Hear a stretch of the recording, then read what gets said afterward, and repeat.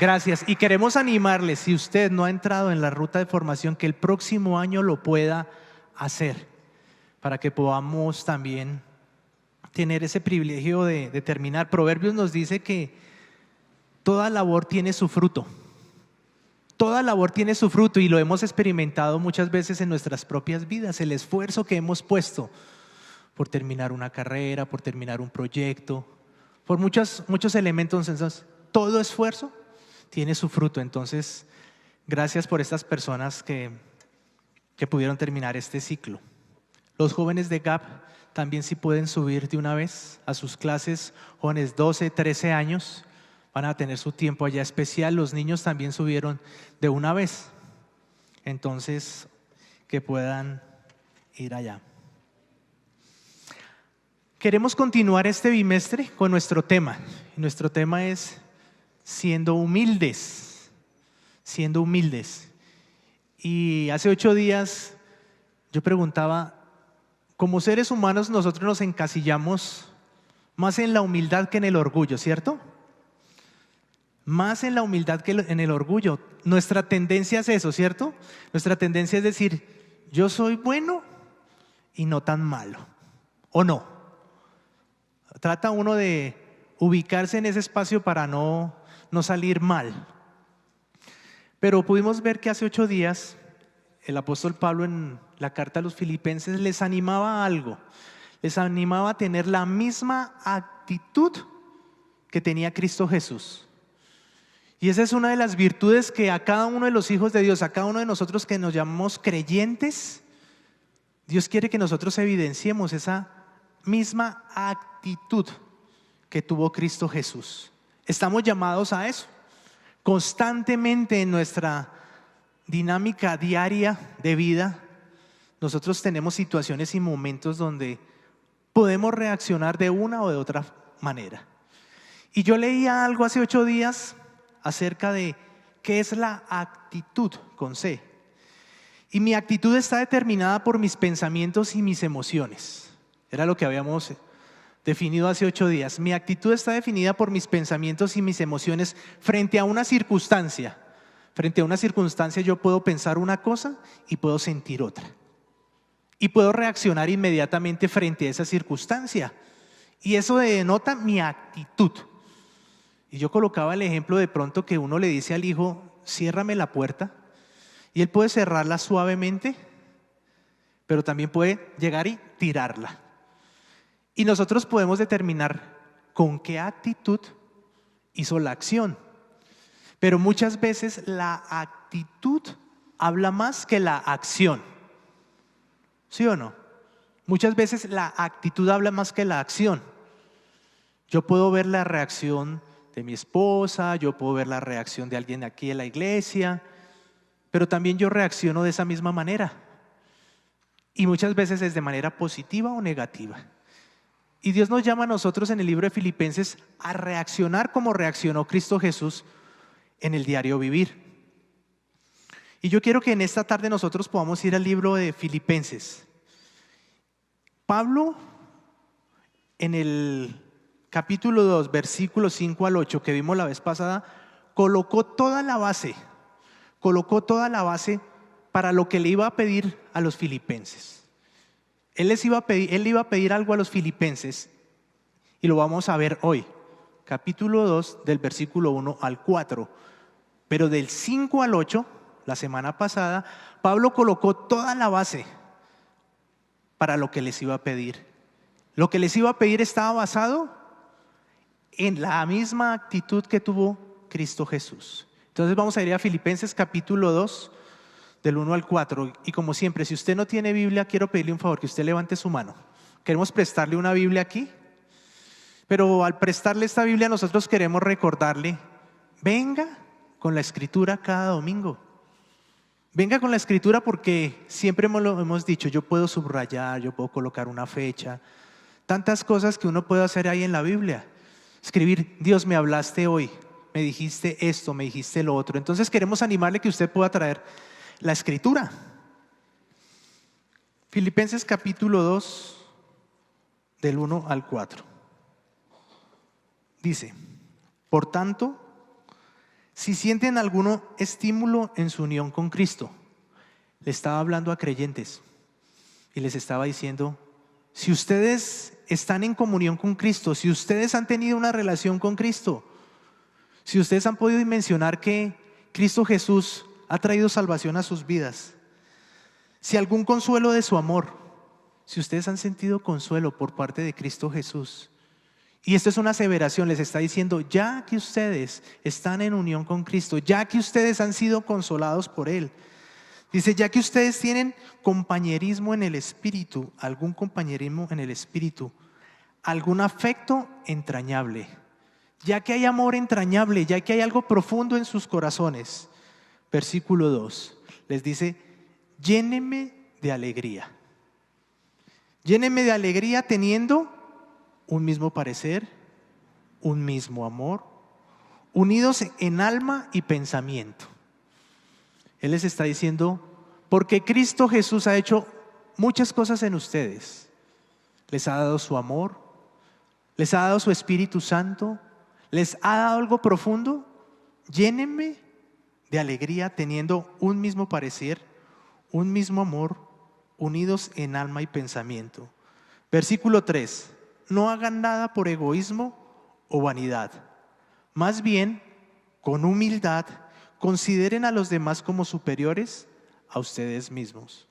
Versículo 4, cada uno debe velar no solo por sus propios intereses, sino también por los intereses de los demás. Pablo le está pidiendo a la iglesia de Filipos esto que está aquí, pero en esta tarde también nos está diciendo a nosotros este mismo tipo de cosas.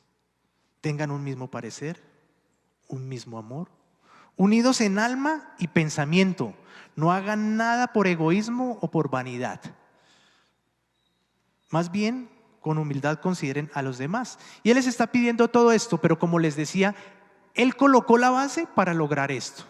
La actitud de Cristo Jesús, la misma actitud de Cristo Jesús es lo que va a hacer posible esto que le está pidiendo a ellos. Yo quiero que ustedes vayan a sus bosquejos.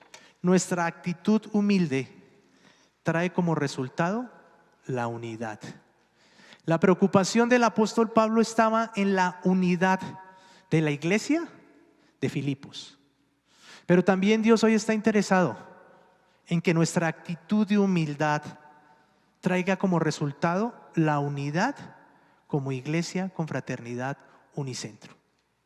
Y vamos a mirar varios elementos que nos pueden decir a nosotros, ¿andamos en unidad o no andamos en unidad? A la luz de este texto. Pero yo les hago una pregunta, ¿es lo mismo estar juntos que unidos? ¿No? ¿Por qué? ¿Qué diferencia hay entre estar juntos y estar unidos? A ver, pensemos.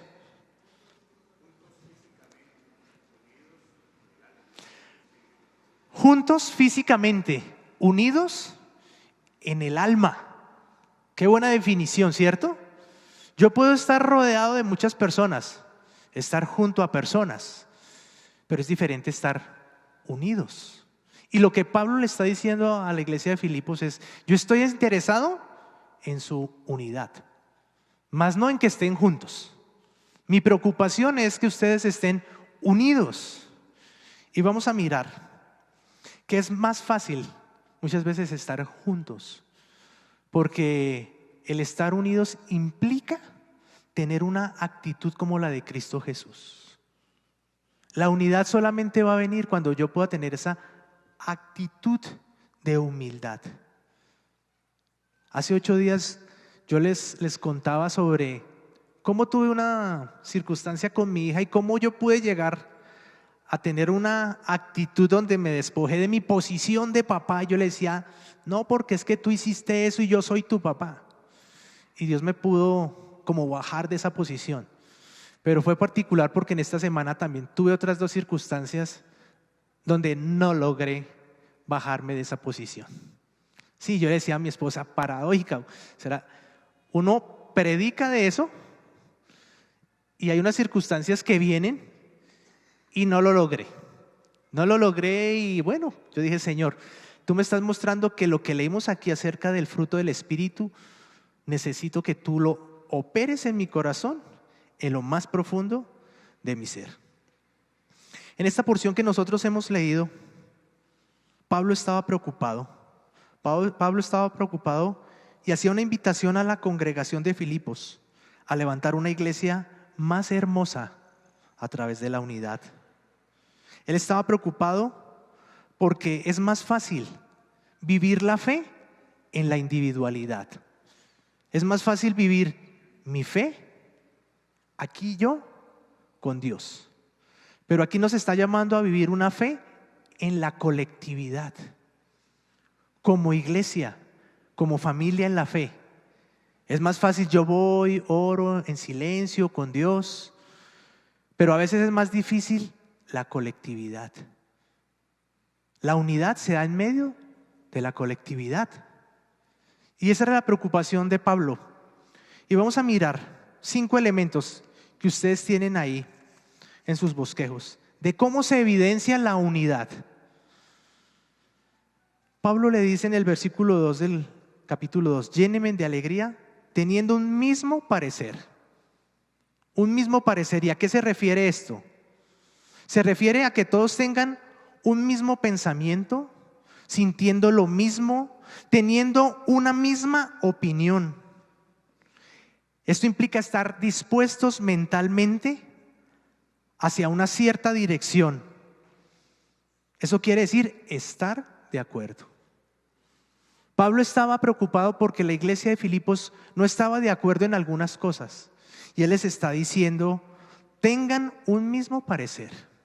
Y un mismo parecer nosotros lo podemos tener cuando los pensamientos de Dios que están aquí los podemos tener entre nosotros mismos. ¿Cómo vamos a ponernos de acuerdo? Nos ponemos de acuerdo con base en la palabra de Dios, en lo que dice la palabra de Dios. ¿Cómo tomamos una decisión? Miremos qué nos dice la palabra de Dios. La palabra de Dios es la que nos debe llevar a nosotros a ponernos de acuerdo.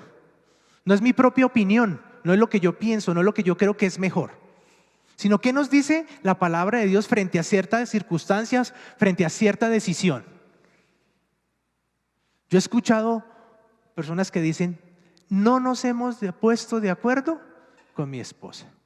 O la esposa dice, no me he puesto de acuerdo con mi esposo. Aquí Pablo les estaba diciendo, tengan un mismo sentir, un mismo pensamiento. Y él lo ilustra de una manera muy clara en el capítulo 4, versículo 2. Hay una situación y hay una realidad de dos personas. Capítulo 4, versículo 2 dice, ruego a Evodia y también a Síntique que se pongan de acuerdo en el Señor. Y a ti, mi fiel compañero, te pido que ayudes a estas mujeres que han luchado a mi lado en la obra del Evangelio. Dos mujeres que habían trabajado y que habían luchado por el Evangelio, por dar a conocer a Cristo Jesús, por compartir las buenas nuevas.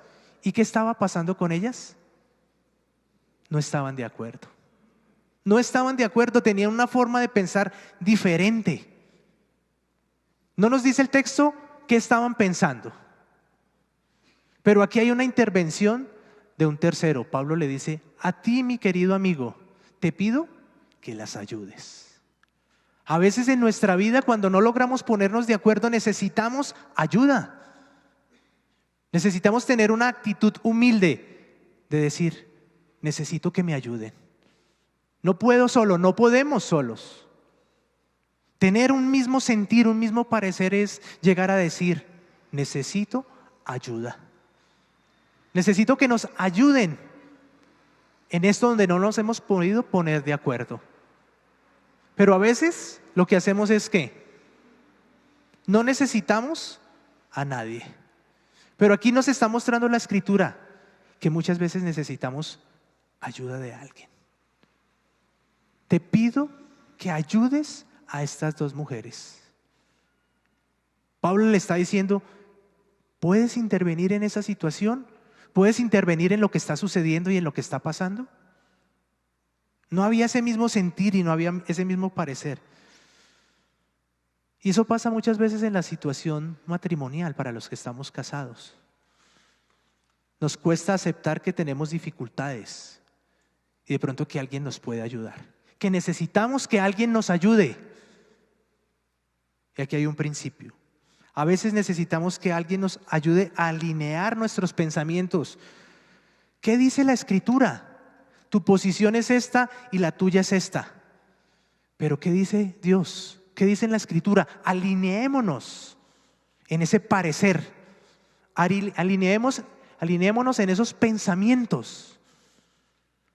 Si nosotros creemos que esta es la máxima autoridad, si es la palabra de Dios, nosotros debemos ir y buscar qué dice frente a cierta realidad, o sea, frente a cierta circunstancia. Romanos 12:16. Busquemos Romanos 12:16. Acuérdense que nosotros dijimos que no íbamos a volver a proyectar aquí los textos, porque es muy fácil mirar qué dice allá. Pero nosotros queremos que cada uno de ustedes pueda ir a la Escritura y ver qué dice, subrayar. Y Romanos 12:16.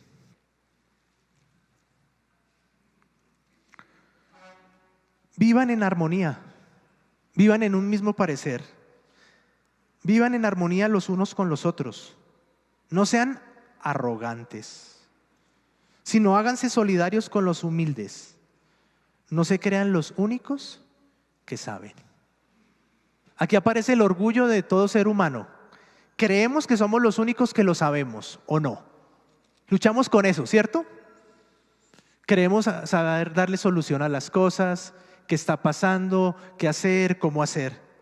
No se crean los únicos que saben. La otra persona no lo puede hacer como yo lo hago. La otra persona no tiene las capacidades para hacerlo.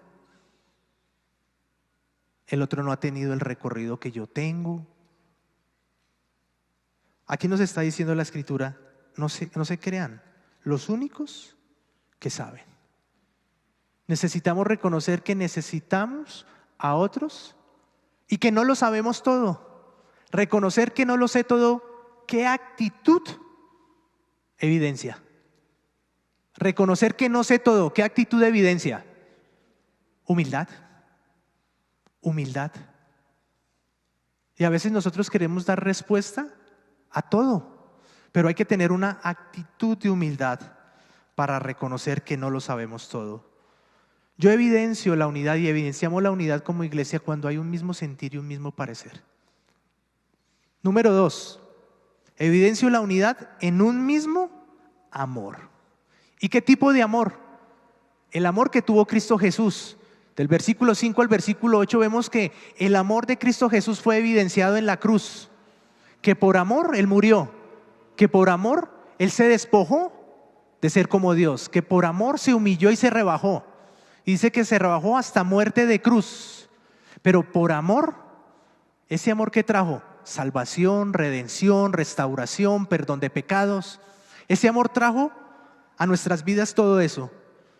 Y Pablo dice en Filipenses 1:8, Dios es testigo de cuánto los quiero a todos con el entrañable amor de Cristo Jesús. El amor que coloca aquí Pablo es el amor de Cristo Jesús. Y es el mismo amor que nosotros necesitamos evidenciar como comunidad para manifestar unidad. Piense ahí, ¿cuándo fue la última vez que usted tuvo un acto de amor por alguien de la comunidad, de acá, de la confraternidad Unicentro? ¿Cuándo fue esa última vez que usted tuvo un acto de amor? Que fue sacrificial, que le costó a usted de pronto tiempo, que le costó a usted de pronto dinero. ¿Cuándo fue esa última vez? El amor evidencia cuán unidos estamos. Y en lo que hablábamos, es diferente estar juntos a estar unidos. Tal vez al estar juntos, no importa si nos amamos o no nos amamos, ahí estamos. Pero la unidad, como decían aquí, surge del alma. ¿Cuándo fue la última vez que usted pudo evidenciar eso.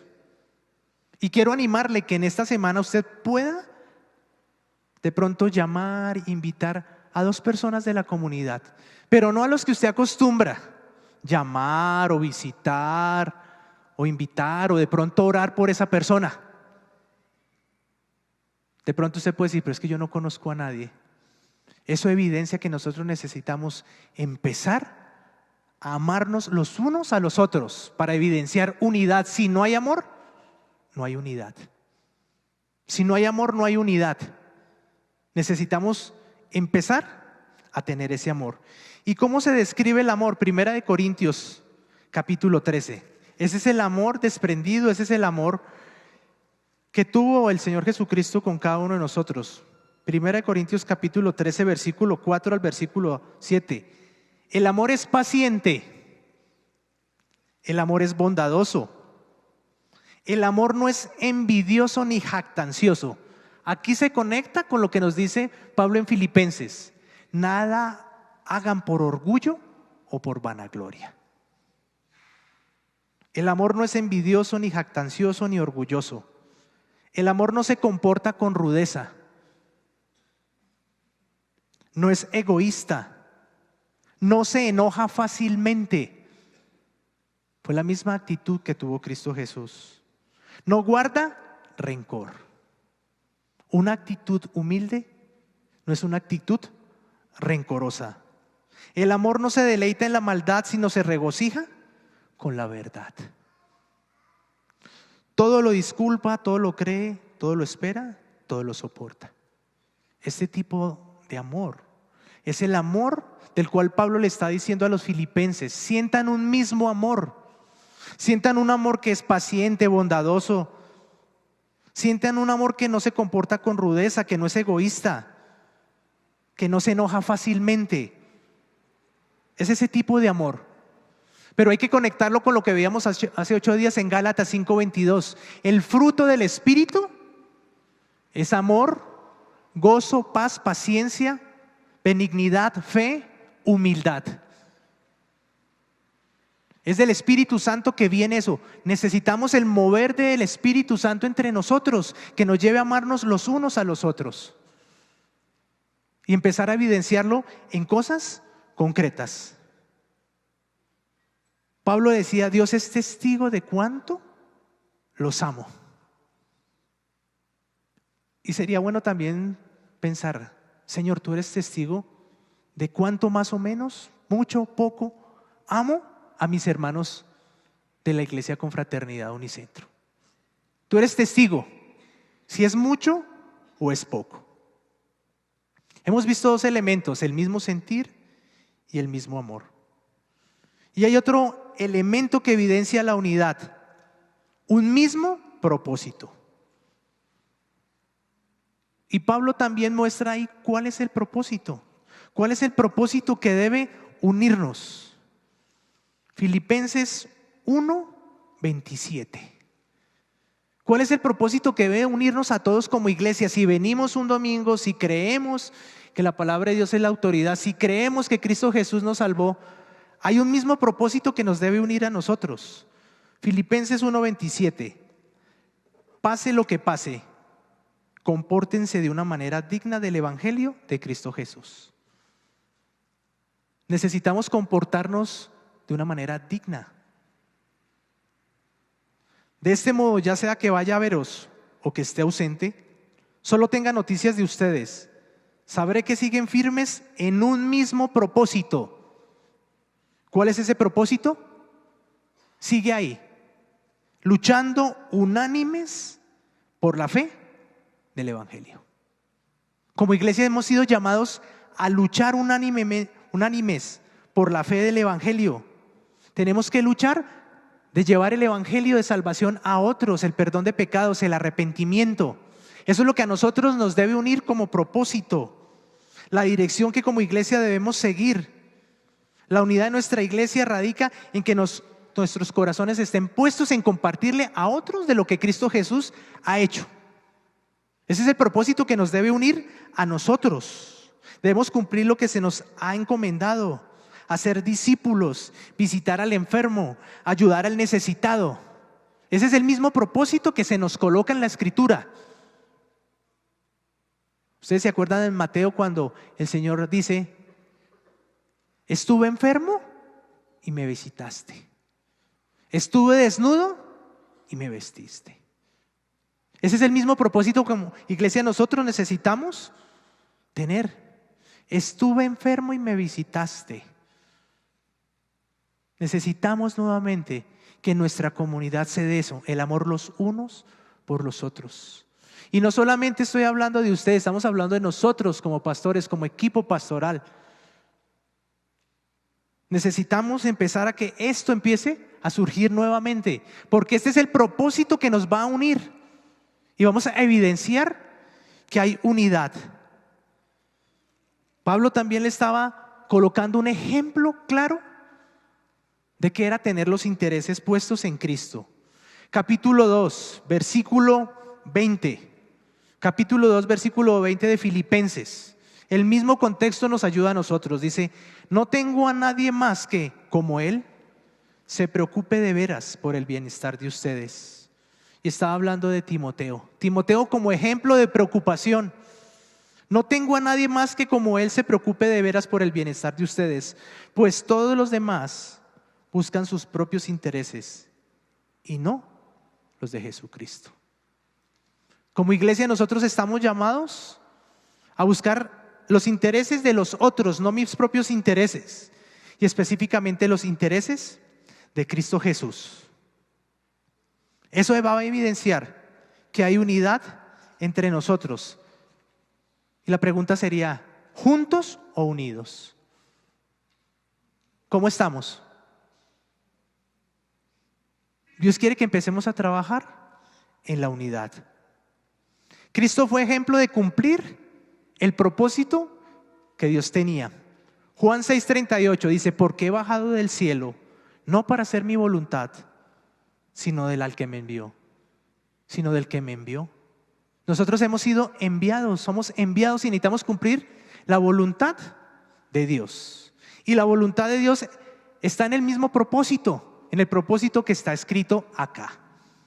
Y eso le preocupaba al apóstol Pablo de la iglesia de Filipos. Tengan un mismo sentir, tengan un mismo amor, unidos en alma y pensamiento. Eso es un mismo propósito. Cuando uno está unido en alma y pensamiento, hay unidad. Y cada uno ha experimentado momentos de unidad, de propósito.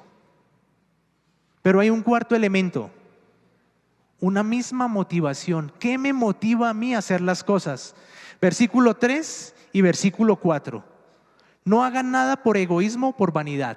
Les está diciendo que la motivación de ustedes no sea egoísta ni vana. Más bien, con humildad consideren a los demás como superiores a ustedes.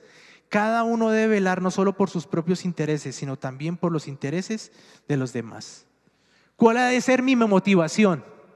Aquí no le está diciendo ¿cuál es mi motivación? El bienestar del otro. Así de sencillo. No hagan nada por egoísmo o por vanagloria. No se preocupen solamente por sus intereses, sino por los otros. Esa es la verdadera motivación. La motivación es el bienestar del otro. Pero esto se vuelve algo mutuo. Porque si yo cumplo lo que Dios dice aquí, si yo me preocupo por el interés del otro, ¿el otro qué va a hacer? ¿Qué va a hacer? ¿Se preocupa por mis intereses o no? Si yo me preocupo por el otro y el otro hace caso a lo que Dios está diciendo, se va a preocupar por los míos también. La motivación ha de ser el bienestar del otro. Las motivaciones son el conjunto de factores que impulsan el comportamiento de los seres humanos. Hay algo dentro de cada uno de nosotros, hay algo que me motiva a mí a hacer algo. Pero aquí el apóstol Pablo le está diciendo que la motivación suya sea el bienestar del otro. Que eso cada mañana usted lo despierte, que eso en cada momento usted lo lleve a actuar. Pero nosotros vivimos en un mundo que es egoísta. Nos preocupamos por nuestros intereses, que nuestra familia esté bien, que nuestros hijos estén bien, que nuestra compañía esté bien. Y Pablo tenía esa preocupación. Dice, no hagan nada con egoísmo, ni nada por rivalidad, ni por vanidad, por demostrar que sí puedo, que sí soy el mejor. Debo beneficiar al otro, porque así todos ganamos. La ambición personal me lleva a tener un sentir diferente. Mis pensamientos se centran en mí, mis emociones se centran en mí y mis metas se centran en mí. Pero cuando dice ahí, piense en los intereses del otro, pregúntele a otra persona, ¿cuáles son tus preocupaciones? ¿Cuáles son tus problemas? Demuéstrele interés en lo que le puede contar, en lo que le puede decir. Porque muchas veces estamos interesados en que nos escuchen, en lo que yo pienso, en lo que yo digo, en lo que yo creo. Aún nuestras oraciones tienen una motivación. Mis motivaciones en la oración, Señor, dame, Señor, te pido por esto, te pido por lo otro. Aún en mis oraciones yo puedo ver cuáles son las motivaciones. Y todos diariamente evidenciamos nuestras motivaciones. A veces decimos, ay, voy a hacer esto para que mi esposa no se ponga brava. Ay, voy a hacer esto para que mi esposo no se ponga de mal genio. ¿Cuál es la motivación? No es una motivación correcta. Voy a hacer esto porque es que me dijeron que tengo que hacerlo. El mismo apóstol Pablo, en la carta a los Filipenses, versículo 18, capítulo 1, dice, ¿qué importa? Al fin y al cabo, y sea, con motivos falsos o con sinceridad se predica a Cristo. Versículo 17, aquellos predican a Cristo por ambición personal y no por motivos puros. Nuestra motivación tiene que estar en el lado de la pureza. Para todo yo tengo motivación, para todo, pero aquí está diciendo que muchas veces hay motivaciones equivocadas y motivaciones puras. Y en esta tarde que nosotros podamos examinar, ¿estamos como iglesia juntos? ¿Por qué? ¿Cuál es la motivación? Vivimos en un mundo consumista, voy a la iglesia a ver qué me da, a ver qué saco de beneficio este domingo. Todo es consuma, para mi beneficio, para mi beneficio y para mi beneficio. Vivimos en un mundo consumista. ¿Cuál es mi motivación? Cuando oro, cuando leo la escritura, de pronto cuando visito a alguien, cuando llamo a alguien, ¿cuál es mi motivación? ¿Experimentar y dar el amor que Cristo Jesús dio? Recordemos, necesitamos favorecer los intereses de otro. Y quiero animarles que en esta semana, como así les decía, piensen en 2 personas donde usted pueda de una manera práctica expresar el amor. También piense en 2 personas por las cuales usted puede decir, voy a preocuparme por los intereses de esa otra persona. Algo práctico que usted pueda hacer en esta semana. ¿Qué es preocuparme por el interés del otro? Decir, ¿cómo estás? ¿Cómo te va? ¿Cómo te puedo ayudar? ¿Cómo podemos salir juntos de esto? Que podamos llevar a la práctica lo que nos dice la Escritura acá. Hemos visto 4 elementos. El primero, ¿cuál es? Tener un mismo sentir, una misma forma de pensar. Tener un mismo amor. Tener un mismo propósito. Tener una misma motivación. Si todos estamos en la misma motivación de cumplir los propósitos de Dios, se va a manifestar la unidad. Pero hay un último. Capítulo 2, versículo 2. Pablo le pide algo a los filipenses. Dice, llénenme ¿de qué? Llénenme de alegría. Llénenme de gozo.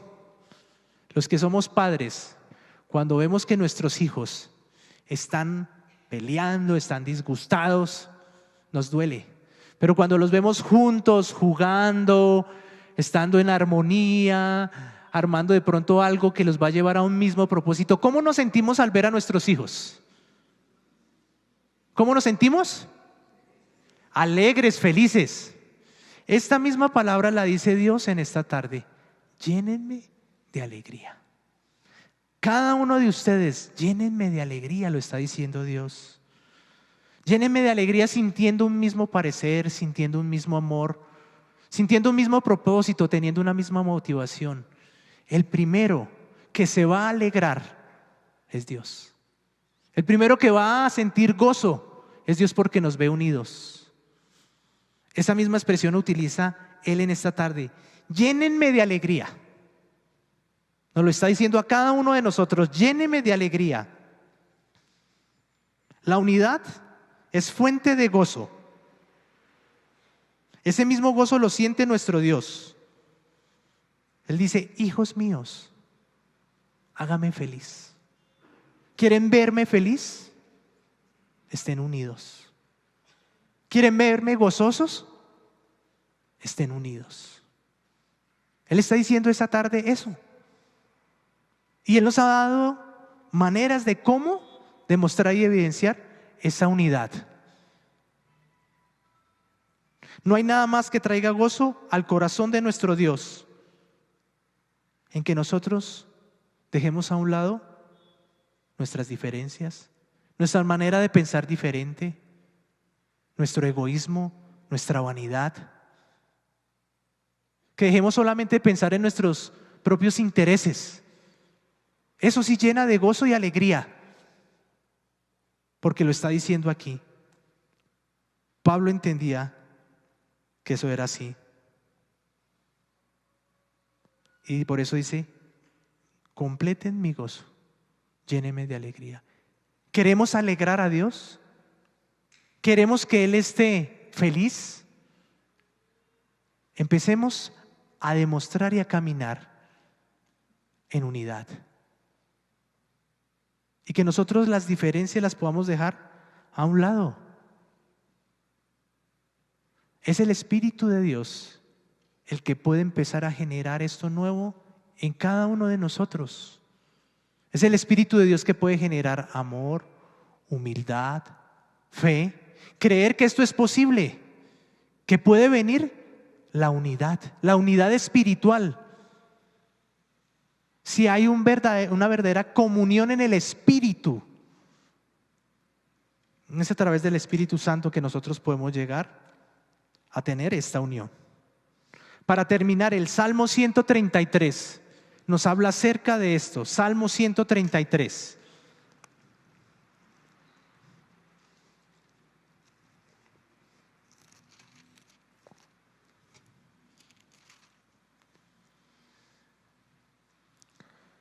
Cuán bueno y cuán agradable es que los hermanos convivan en armonía.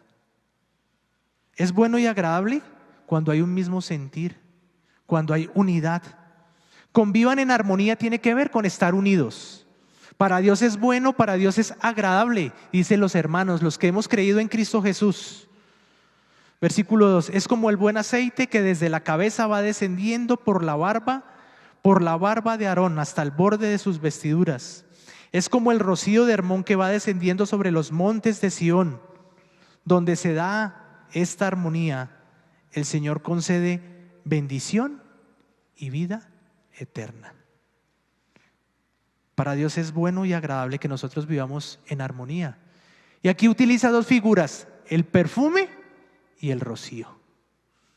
La armonía es como el perfume, dice aquí. La armonía que viven los hermanos es como el rocío. Y cuando habla acerca del perfume, en ese tiempo el preparar el aceite o el perfume era con unas especies aromáticas deliciosas. Para Dios, cuando estamos en unidad, eso trae olor agradable. Olor agradable a Dios. Y cuando está utilizando el término de rocío, es porque ese rocío traía fruto, permitía que creciera y se diera en esa tierra. Esta armonía va a traer fruto entre nosotros, va a traer olor fragante a Dios. Y dice, donde está esa armonía, esa unidad, hay bendición. El Señor concede bendición. ¿Queremos tener la bendición de Dios? Nos está llamando a la unidad. A la unidad en pensamiento, a la unidad en amor, a la unidad en propósito, a la unidad en motivación. El Señor concede bendición y vida eterna. ¿Queremos ver más personas con vida eterna? ¿Nacer de nuevo?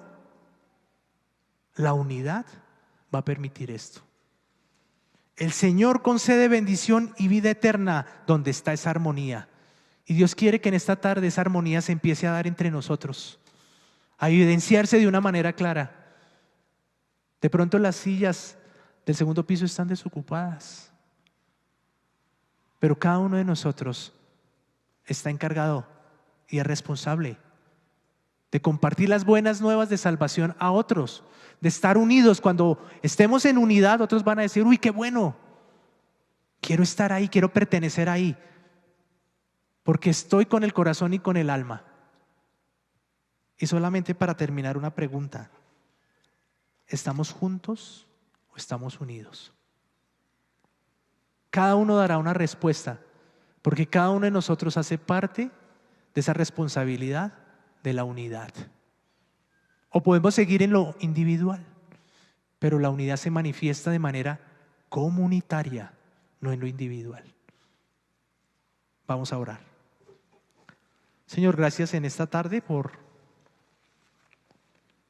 porque como iglesia tú nos instas a la unidad. Gracias por la carta a los Filipenses, donde esas palabras de Pablo, lléneme de gozo, son esas mismas palabras tuyas. Si queremos verte alegre, gozoso, tú nos has dicho esta tarde, la unidad me va a hacer alegre, gozoso, feliz. Padre, que tu Espíritu Santo opere en cada uno de nosotros para evidenciar esa unidad. No podemos solos, Señor, necesitamos la intervención de tu Santo Espíritu para generar esa unidad. Era la preocupación del apóstol Pablo, pero también es la tuya. Esto también, Señor, va a traer alegría cuando en nuestras familias, en nuestros hogares haya unidad. Padre, yo quiero pedirte en esta tarde que tú traigas a cada uno de los hogares que están aquí representados unidad, porque hay un mismo sentir entre todos, porque hay un mismo amor, porque se puede manifestar el amor los unos con los otros de una manera concreta. Señor, que en esta semana podamos experimentar la unidad en nuestra familia, en nuestro hogar, y que la motivación sea tu amor. Y Padre, que traigas gozo a cada uno de nosotros cuando vemos en nuestra familia esa unidad